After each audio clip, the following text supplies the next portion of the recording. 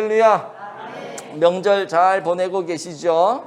네. 오늘도 하나님의 은혜가 우리 모두에게 임하고 여러분 가정과 또 가문 위에 흘러 넘치게 되기를 축복합니다. 인사 한번 해볼까요? 이렇게 합시다. 영혼 구원을 위해 기도합시다. 네, 이번 명절을 지내면서 주위에 아직 하나님을 모르거나 또 실족해 있거나 신앙생활하다가 실족해서 하나님을 떠나는 경우들도 있잖아요. 또 갈팡질팡하는 교회를 나갈까 말까, 이걸 해야 될까 말아야 될까, 이런 분들이 우리 주변에 많이 있을 텐데요. 그분들의 영혼 구원을 위해서 기도하며 또 그들을 섬길 수 있는 그런 은혜로운 섬김의 추석이 되었으면 참 좋겠다, 이런 생각을 해보게 되었습니다. 그렇게 하실 수 있죠? 네, 감사합니다.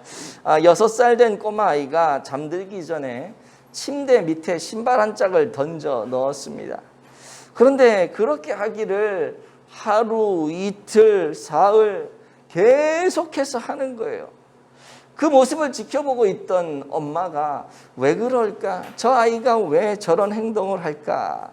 생각을 하면서 이 아이에게 묻습니다. 얘야, 너 왜 매일 자기 전에 신발을 침대 밑에다 그렇게 넣는 거니? 무슨 특별한 이유가 있어서 그러는 거야? 그랬더니 이 꼬마아이가 머리를 극적극적하면서 왠지 좀 부끄러운 듯한 그런 표정으로 엄마에게 이야기합니다. 엄마, 교회 선생님이 그러는데 그렇게 해보라 그랬어요. 아니 왜? 엄마가 납득이 안 되는 거죠. 신발을 침대 밑에 던져두면 아침에 그 신발을 꺼내기 위해서 침대 앞에 무릎을 꿇잖아. 선생님이 그 무릎 꿇을 그 시간에 하나님에게 기도하라 그랬어. 그래서 그 이유가 뭐냐? 아침에 일어나서 무릎 꿇고 하나님께 기도하기 위해서 일부러 자기 전에 신발을 침대 밑에 던져 넣으라고 했다라고 하는 것이죠. 여러분, 우리는 얼마나 하나님 앞에 무릎을 꿇으며 기도하며 살고 있어요. 기도가 능력이 있다는 것은 우리 머릿속으로 다 알고 있지만 그 능력을 우리가 무기 삼기 위해서 하나님 앞에 얼마나 간절하게 무릎을 꿇어가며 엎드리고 있습니까? 역전 인생을 살기 위해서 인간적인 노력은 수도 없이 많이 하죠. 역전 인생을 노리면서 내가 어떻게 하면 될까? 수단과 방법을 가리지 않고 살아가는 것이 오늘 이 세상을 살아가는 사람들의 삶의 방식이 아닐까 생각을 해요. 하지만 인간적인 노력 말고 그것을 위해서 하나님 앞에 무릎 꿇는 시간은 과연 얼마나 될까? 사실 기도 생활을 하는 것이 쉬운 작업은 아닙니다. 하지만 6살 된 꼬마아이가 기도 생활을 하기 위해서 침대 밑에 저녁 때마다 신발을 집어넣었던 것처럼 끊임없이 우리가 기도 생활을 위해서 애를 쓰고 노력을 하다 보면 그것이 내 삶에 배어가지고 기도에 전념할 수 있는 아주 하나님 보실 때 믿음직한 성도가 될 수 있다는 것이죠. 특별히 이번 주간은 우리 고유의 명절 추석이 있는 주간인데 서두에서도 제가 말씀을 드렸지만 여러분의 가족과 친지 그리고 이웃들 중에 구원받아야 될 분들이 있지 않습니까? 그분들을 위해서 정말 깨어서 기도할 수 있는 그런 이 추석 명절 되어지기를 원합니다. 사실 지난주 금요일이죠. 지난주라 하니까 되게 오래된 것 같은데 엊그저께예요. 엊그저께 금요일 날 제가 이 카페 문을 열었어요. 빨간 날인데 열었는데 아침에 한 9시 반쯤 됐는가요? 한 65세 정도 되시는 한 분은 한 60세 정도 되어 보이고 이 여자분 두 분이 들어오는 거예요. 그 시간에 보통 사람이 안 오는데 명절이라서 왔나 보다 생각하고 받았죠. 근데 들어올 때 보니까 몸을 가누지를 못해요.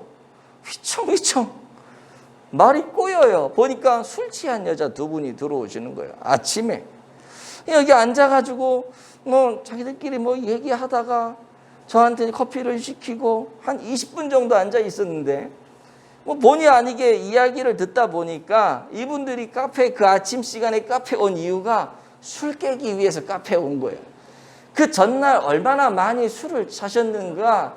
아침 9시 반이 됐는데도 혀가 꼬부러지고 눈이 풀려가지고 이러고 들어오시는데, 야, 저분 어저께 뭘 하고 지냈을까 하는 생각이 들면서 한편으로는 야, 저 사람들이 술을 깨기 위해서 이 아침에 제대로 된 생활을 하기 위해서 이 아침에 이 카페에 들려서 커피 한 잔으로 술을 깨기 위해서 여기까지 왔구나.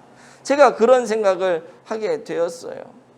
그러면서 느끼는 게 뭐냐면 저 사람들은 자기가 취한 것을 알고 깨려고 이런저런 방법을 지금 간구하면서 이 카페까지 오게 되었는데, 오늘 세상을 살아가는 우리 그리스도인들 중에는 자기가 취해 살면서도 취한지도 모르고 세상에 취하고 음란에 취하고 슬픔에 취하고 이런 것 저런 것 아주 바쁜 일들에 막 취해 살면서도 자기가 취한지 모르고 늘 그렇게 살아가는, 그리고 그것이 정상이라고 생각하는 그런 사람이 얼마나 많을까. 그래서 우리 그리스도인으로서 하나님 앞에 깨어 기도하는 것이 정상인데, 그것이 정상인 줄도 모르고 기도도 하지 않으면서 늘 살아가는 것, 그것이 정상인 줄로 알고 그렇게 세상에 취해 살아가는 사람, 허우적대는 사람들이 얼마나 많을까. 그런 생각을 제가 이틀 전 금요일 날 아침에 한 적이 있어요. 여러분은 어떠세요? 잘 깨어 계십니까? 늘 깨어서 기도하고 계십니까? 간절히 바라기는 오늘 말씀을 통해 우리가 다시 한번 각성하고 깨어서 기도할 수 있게 되기를 바라요. 특별히 우리 하나님이 가장 중요하게 여기시는 영혼 구원을 위해서 기도할 수 있는 우리 모두가 되어지기를 축복합니다.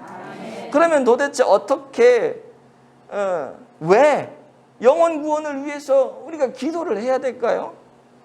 어떻게 보면 너무나 유치한 질문일 수 있지만 성경 베드로후서 3장 9절은 이렇게 이야기를 합니다. 한번 보여주시죠. 시작. 주의 약속은 어떤 이들이 더디다고 생각하는 것 같이 더딘 것이 아니라 오직 주께서는 너희를 대하여 오래 참으사 아무도 멸망하지 아니하고 다 회개하기에 이르기를 원하시느니라. 아멘. 무슨 말이냐 하면 하나님께서 아무도 멸망당하기를 원치 않으신다는 거죠. 그래서 회개하고 돌아올 수 있도록 우리 하나님이 오랫동안 참으시고 기다리신다는 거예요. 그것이 하나님의 마음이라고 하는 것이죠. 바로 이 하나님의 마음 때문에 저와 여러분도 다 회개하고 주 앞에 돌아와서 주님 영접하고 하나님의 자녀가 된 것 아닙니까? 여기 계신 분들 중에는 뭐 쉽게 단 한 번에 그냥 교회 와서 예수 믿고 구원받고 행복한 생활을 하는 분도 있지만, 어떤 분들은 또 교회 가고 전도한 사람들이 많았음에도 불구하고 거절하고 거부하고 이렇게 빼다 저렇게 빼다 결국 막다른 골목에 몰려서 어쩔 수 없이 교회 오게 되었는데 그래서 하나님을 만난 그런 분들도 있을 수 있잖아요. 다양한 분들이 있습니다. 근데 하나님은 뭐예요? 그 사람이 그렇게 될 때까지 심판하지 아니하시고 사랑을 가지고 기다려주시고 오래 참으시고, 그래서 오늘 저와 여러분이 이 자리에 앉아 있는 거 아니겠어요? 그러니 그 은혜를 인하여서 우리도 뭐예요? 믿지 않는 자들에게 그들이 하나님께 돌아오도록 우리도 뭐예요? 기도해야 되는 거죠. 때문에 기도는 하나님의 구원 역사에 우리가 동참하는 사역이라고 하는 거예요. 동역하는 사역이 되는 것이죠. 우리 주님의 삶을 한번 보세요. 우리 예수님의 삶을 보시면 언제나 우리 예수님께서 기도하실 때 우리처럼 나의 배부름을 위해서 기도한 적이 있으세요? 없어요.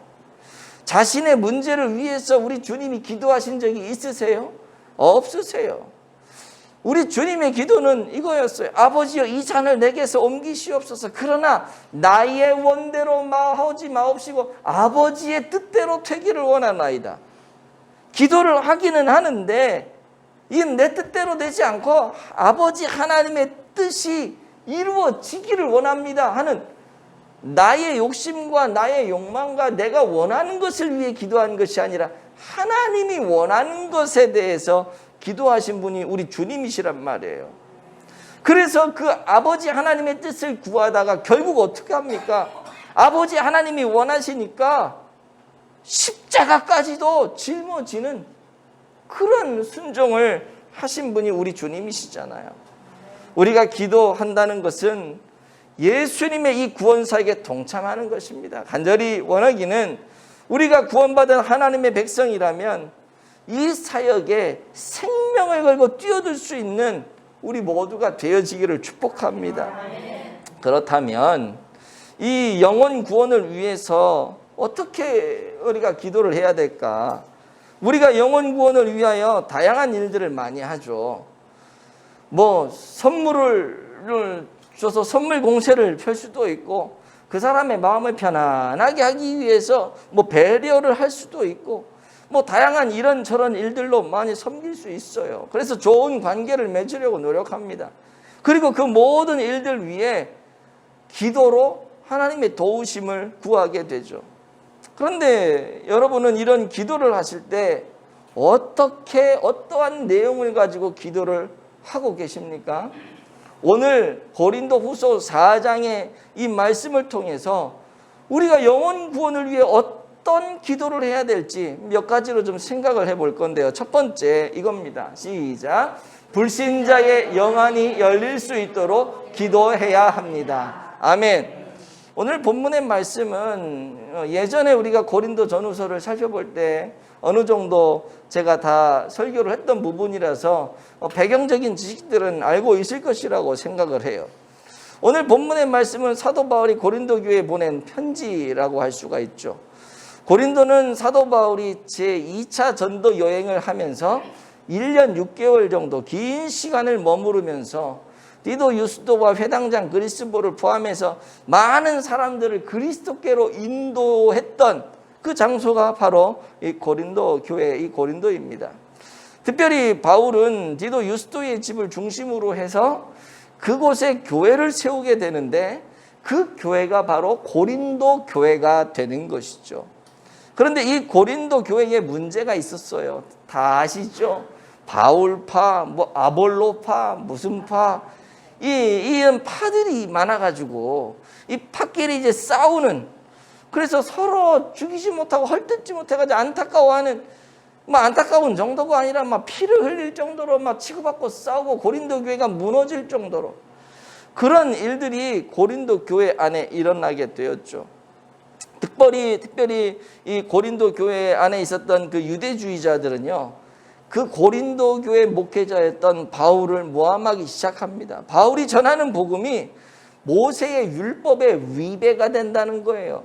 복음의 질을 저 바울이 지금 떨어뜨리고 있다라고 소문을 내기 시작합니다. 그런데 그들이 그런 소문을 낸 이유가 뭐냐 하면 그 목회자 바울과 그 교회 성도들 사이를 이간질시키는 거예요. 이간질. 그래서 쉽게 말하면 그런 거죠. 니네 교회 목사님도 아니고 니네 교회 목사 그런 인간인데 너 거기 교회 다닐 거야? 그게 되겠어? 이렇게 이간질 시키는 거예요.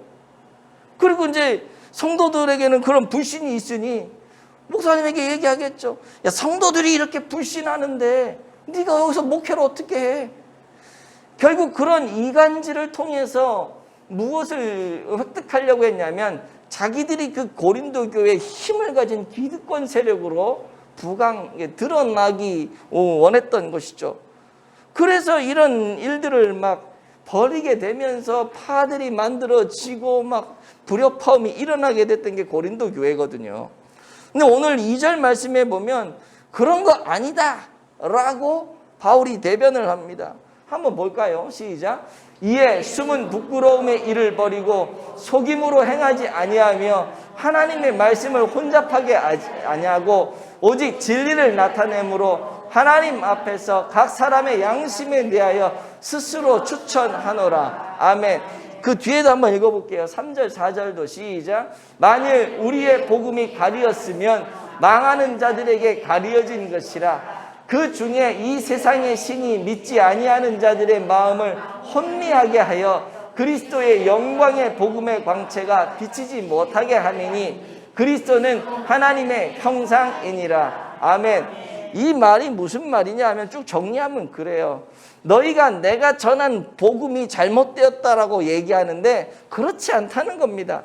만약 너희가 내가 전한 복음에 문제가 있다고 생각을 한다면 그것은 복음에 문제가 있는 것이 아니라 전적으로 세상의 신이 너희의 눈을 가려가지고 나는 온전한 복음을 전하는데 그 온전한 복음의 진리를 깨닫지 못하고 보지 못하게 하기 때문에 니들이 모르는 거고 오해를 하는 거지. 지금 나도 잘못되지 않고 복음도 잘못되지 않았다. 세상의 신이 너희들이 내가 복음을 전할 때 복음을 받아들이지 못하도록 너희 눈을 다 가리워버렸다. 너희 귀를 다 막아버렸다. 그래서 너희들이 지금 오해하고 있는 거다. 지금 그 얘기를 하는 거예요. 여기에서 우리가 깨달아야 될 게 뭐냐? 불신자들, 하나님을 알지 못하고 믿지 못하는 분들, 그런 분들이 왜 그러느냐?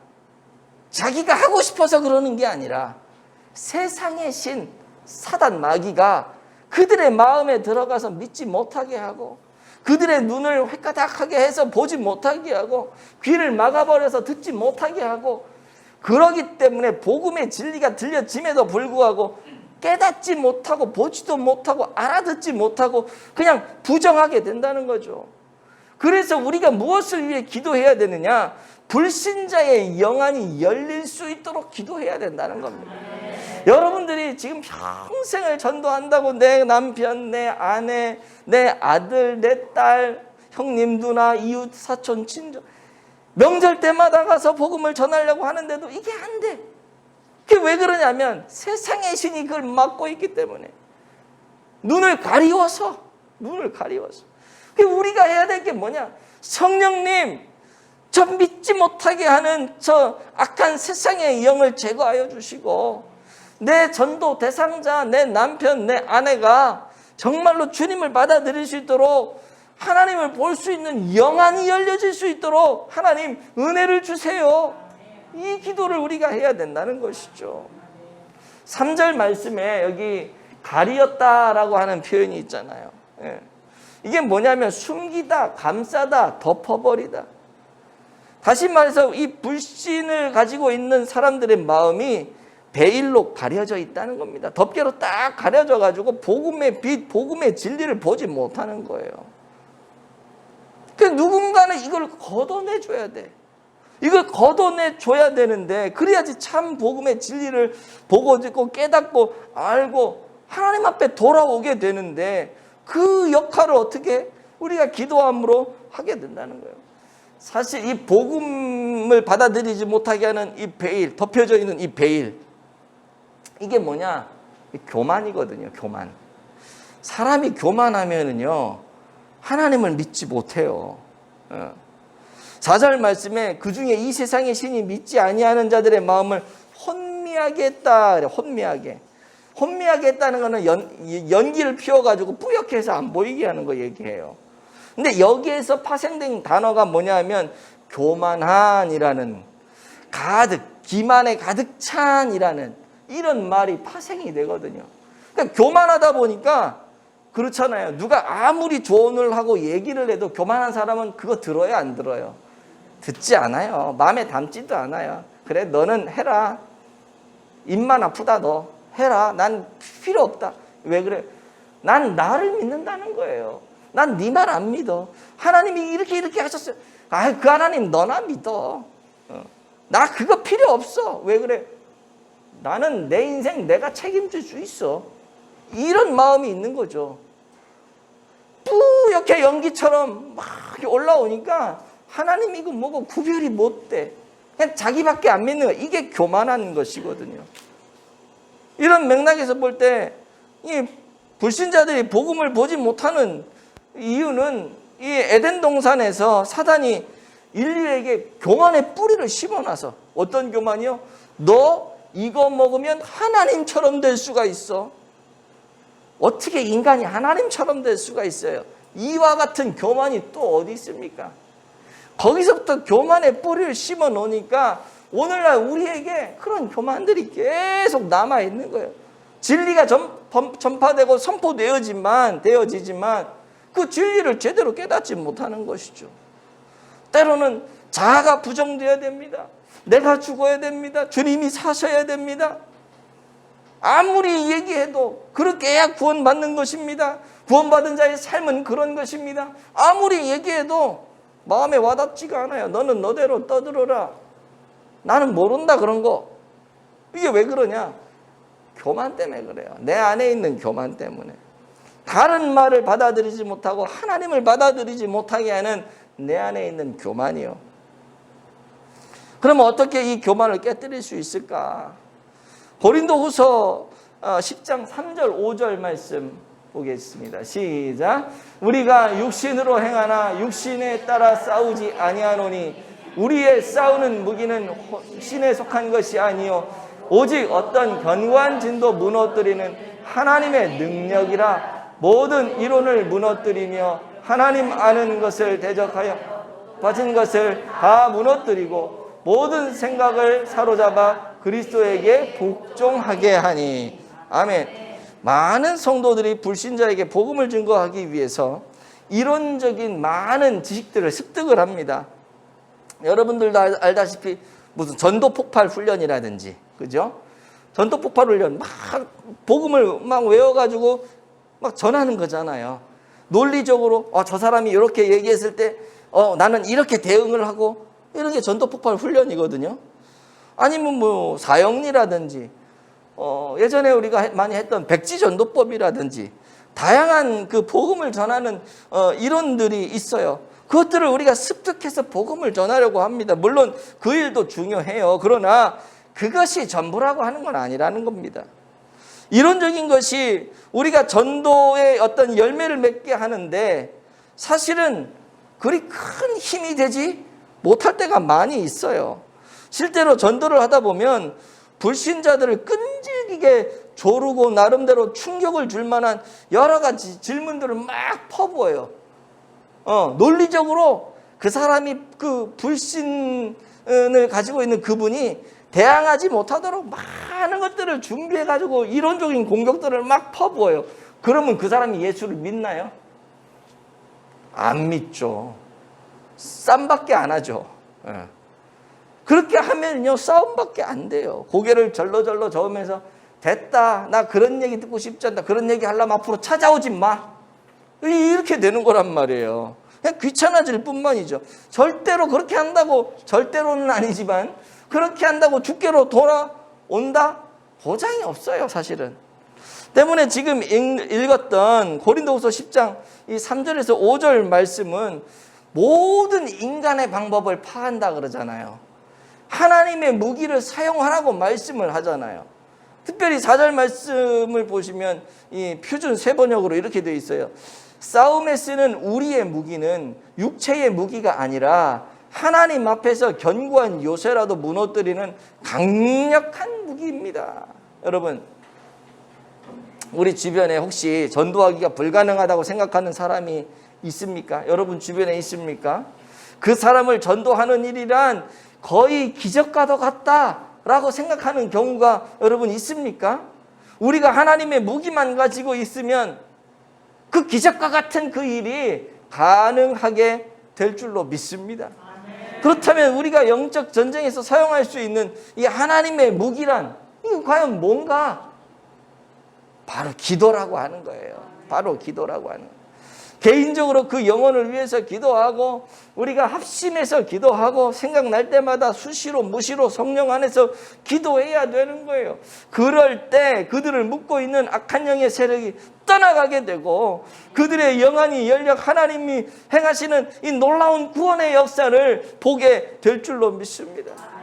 그 뒤에 선물도 주고 배려도 하고 함께 주기도 하고 다양한 섬김들을 할 수 있겠죠. 기도는 전혀 없고 이런 어떤 섬김들만 한다면 세상적인 친분 관계는 쌓을 수가 있을 거예요. 세상적인 친분 관계. 좋은 친구로서는 남을지 모르겠지만 결국 영적인 문제를 가지고 이 두 사람이 만나게 될 때에는 결국 이 영적인 문제가 해결이 되지 않다 보니까 인간적으로 좋은 친구 관계였음에도 불구하고 이 친구 관계가 깨어지고, 친구 관계가 깨어지는 정도가 아니라 원수가 되고 적이 되는 경우들도 여러분 많이 있어요. 그래서 결국 좋은 친구로 남기 위해서라면 그 영혼을 구원시켜야 되는 거죠. 저와 여러분이 그런 아름다운 인생이 되어지기를 축복합니다. 두 번째요. 두 번째 한번 볼게요. 시작. 우리가 주님의 마음을 품을 수 있도록 기도해야 합니다. 아멘. 첫 번째가 하나님을 믿지 못하고 예수님을 믿지 못하는 그분들이 영안이 좀 열어질 수 있도록 그분들을 위해 기도했다면, 두 번째는 그분들에게 복음을 증거하는 나 자신을 위해서 우리가 기도해야 돼요. 어떤 마음을 갖도록요? 주님의 마음을 내가 품을 수 있도록. 13절 말씀에 이런 말씀이 있죠. 시작. 기록된 바 내가 믿었으므로 말하였다 한 것 같이 우리가 같은 믿음의 마음을 가졌으니 우리도 믿었으므로 또한 말하노라. 아멘. 이 말씀은 사도 바울이 지금 시편 116편에 있는 말씀을 인용한 건데요. 시편의 기자가 얘기를 합니다. 내가 믿었으므로 말한다. 시편 기자가 지금 내가 믿었으므로 말한다라고 고백하는 이거, 무엇을 믿었냐? 사망의 음침한 골짜기 속에서도 주님은 나를 지켜주시고 나를 보호해 주신다는 이 사실을 믿은 거죠. 그리고 내가 그분에 대해서 말한다고 증거를 합니다. 내가 보니까 사망의 음침한 골짜기를 내가 지나올 때 그 주님이 나를 지켜주셨어. 나를 인도해 주셨어. 나를 보호해 주셨어. 지금 여기까지 나와 함께하고 계셔. 나 이 사실을 믿어. 내가 믿을 뿐만 아니라 나는 이거를 경험했기 때문에 그 확신을 가지고 내가 이 주님을, 나에게 역사했던 이 주님을 내가 너한테 지금 말한다. 근데 이거를 사도 바울이 똑같이 인용을 하는 거예요. 나도 그렇다는 거죠. 주님이 나를 사랑하사 나를 건져주시고 나를 보호해주시고 인도해주셨어. 나 사도 바울 원래는 사울이었는데 예수님을 핍박하던 자였는데 예수님 믿는 사람들 다 때려잡아 죽이려고 쫓아다니던 사람이었는데 그런 쓰레기 같은 인간이 나였는데 그런 나를 우리 하나님, 우리 주님이 사랑하셔서 구원받게 하시고 지금 내가 주의 은혜와 사랑 속에 내가 지금 그 주님을 선포하고 있다. 나도 그 주님을 확실히 만났기 때문에, 믿기 때문에 내가 그 주님에 대해서 지금 말한다. 지금 그 얘기하는 거거든요. 주님에 대해서 말할 수 있으면 어떤 사람이 말해요?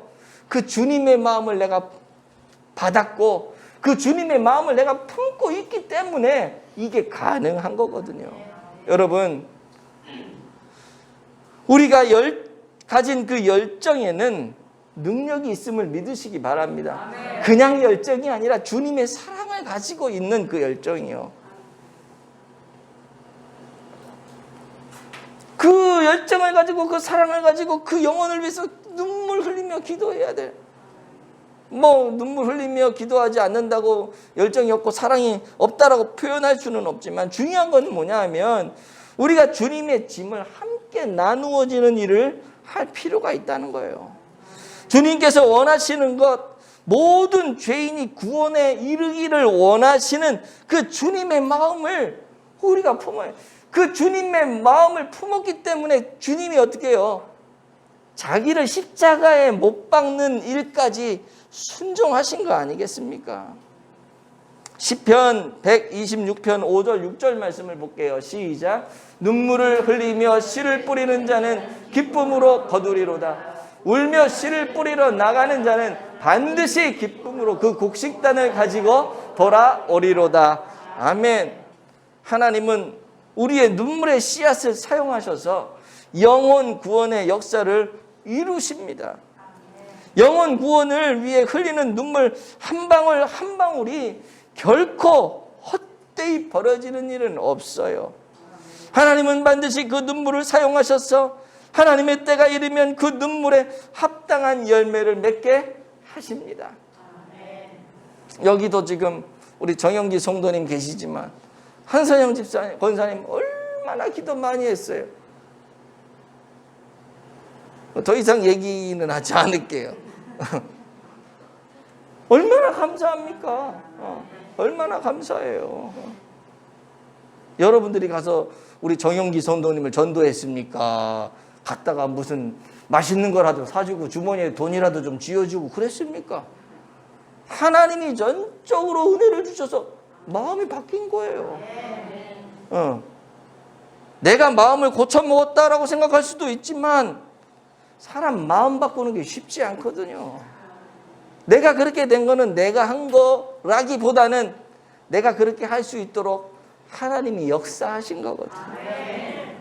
눈물 흘리며 씨를 뿌리는 자 기쁨으로 단을 거둔다.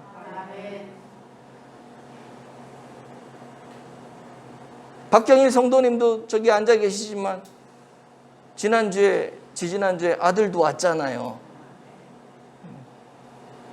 오늘은 뭐 명절이고 이래서 못 온 것 같은데 박경일 성도님 남편이 교회를 와서 예수님을 믿을 수 있을까요? 없을까요? 말로만 있다 그러지 말고 기도를 열심히 하시라니까. 있어요. 가고 싶은데 지금까지 내가 살아왔던 그 인생의 삶을 돌아보니까 이거는 좀 자존심이 허락하지 못해서 버팅기고 있을 수도 있거든. 기도하다 보면 하나님이 그 마음도 만져주시고 그 가정의 구원의 역사도 아름답고 놀랍게 이루실 줄로 믿습니다. 세 번째 한번 보도록 하죠. 세 번째는 이런 겁니다.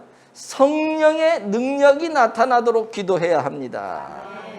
여러분, 영혼구원의 역사는 오직 성령의 능력이에요. 그래서 성령의 능력이 나타나도록 기도해야 돼요, 우리가. 그렇기 때문에 사도 바울은 7절에서 이렇게 이야기를 하고 있어요. 시작.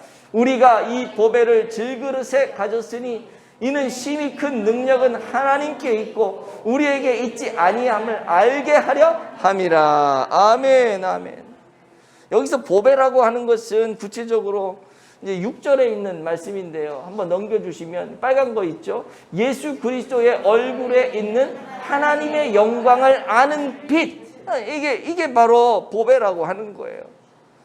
여러분, 이 종합해보면 뭐냐면 우리가 전도할 때 역사하는 힘은 내게서 나오는 것이 아니라 하나님에게로부터 나오는 것을 우리가 알 수 있게 되는 거죠. 결과적으로 우리가 할 수 있는 것은 뭐냐? 전도할 때 성령의 능력이 나타나서 불신자의 마음의 문을 열고 그들이 복음을 받아들일 수 있도록 기도하는 거예요. 기도하는 거. 이것은 전적으로 성령의 역사이므로 성령 하나님께 맡겨야 되는 거예요. 더불어서 하나님께서 우리의 마음에 좌정하실 수 있도록 해야 하는 것이죠. 그럴 때 생명을 소생시키고 치유하시고 온전케 하시는 하나님의 능력이 우리를 통해서 나타날 수 있기 때문입니다. 바로 성령께서 그 일을 감당하시는 것이죠. 잃어버린 자와 가치관의 혼란에 빠진 자들, 사단에 속아 있는 자들, 영적으로 황폐한 자들이라 할지라도 성령께서 역사하시면 다 구원을 받을 수가 있어요.